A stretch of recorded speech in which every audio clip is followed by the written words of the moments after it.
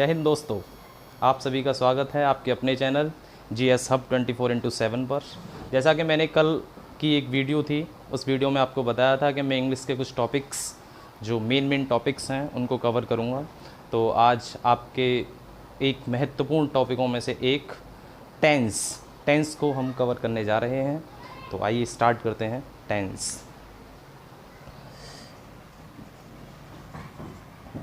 Tense, ये tense को हिंदी में बोलते हैं काल। टेंस को 3 भागों में विभाजित किया गया है। Into how many parts? 3 parts. First part is present, second part is past and third part is future. आप सभी जानते होंगे प्रेजेंट को हिंदी में बोलते हैं वर्तमान काल। वर्तमान काल। पास्ट को भूतकाल और फ्यूचर को भविष्य काल।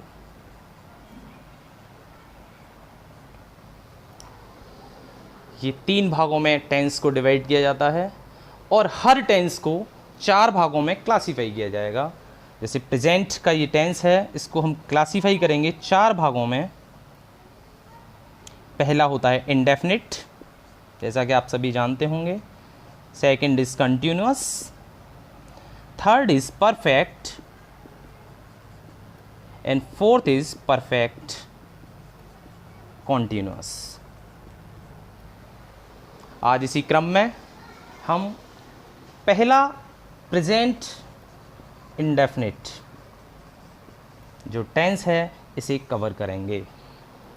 तो आइए देखते हैं पहला tense present indefinite. Present indefinite. Present indefinite जो टेंस है, इसकी पहचान क्या होती है? इसकी पहचान तो सबसे पहले हम जानेंगे इसकी पहचान। कैसे पहचानेंगे कि हमारा टेंस प्रेजेंट इंडेफिनिट का है? तो इसकी पहचान होती है वाक्य के अंत में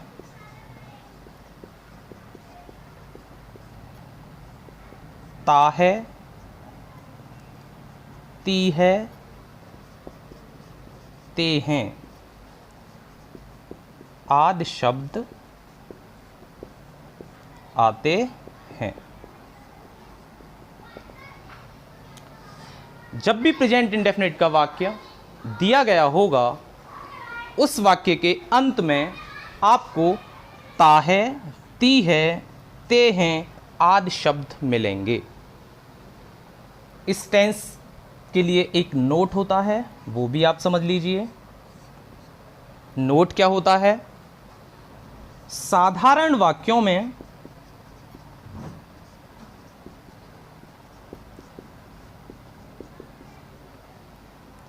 सिंगुलर सब्जेक्ट के साथ, सिंगुलर सब्जेक्ट के साथ मेन वर्ब में, मेन वर्ब की फर्स्ट फॉर्म में एस या ईएस का प्रयोग करते हैं। जैसा कि आप देख पा रहे हैं, अभी आपको इसमें 2 नए वर्ड मिले होंगे। एक वर्ड मिला सिंगुलर और एक वर्ड मिला सब्जेक्ट। तो आपको यह पता होना चाहिए कि ये सिंगुलर होता क्या है। कोई भी चीज़ जो एक होती है वो सिंगुलर होती है, और 2 या 2 से अधिक जो चीज़ें होती हैं वो प्लूरल होती हैं। सिंगुलर और प्लूरल ये 2 ही नंबर होते हैं। सिंगुलर एक भी कोई चीज़ होती है और प्लूरल 2 या 2 से अधिक होती हैं। ठीक इसी तरीके से नेक्स्ट वर्ड था सब्जेक्ट। इस सब्जेक्ट को जानना जरूरी है विद इट्स डेफिनेशन। ये सब्जेक्ट होता क्या है? तो सब्जेक्ट सबसे पहले जानते हैं, subject is a word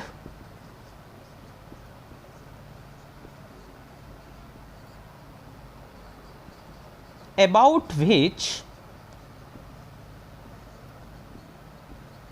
something is said. It means, इसको समझने का प्रयास करते हैं। क्या होता है? Subject is a word. Subject means होता है कर्ता। कर्ता एक शब्द है, और क्या शब्द है? अबाउट विच, जिसके विषय में समथिंग इज सेड, कुछ कहा जाता है। कर्ता एक वह शब्द होता है जिसके विषय में कुछ कहा जाता है। हिंदी में अगर एक लाइन में इसकी अगर डेफिनेशन अगर बोली जाए तो वो डेफिनेशन होगी, कार्य के करने वाले को कर्ता कहते हैं। अर्थात जिस व्यक्ति के द्वारा, जिस नाउन के द्वारा यह कार्य किया जाता है वो नाउन सब्जेक्ट होता है, अर्थात कर्ता होता है। अब सब्जेक्ट के साथ साथ हमें जानना चाहिए कि वर्ब क्या होती है, तो वर्ब भी समझिए। वर्ब, जिसको हिंदी में कहते हैं क्रिया, इसकी definition, action words are called the verb.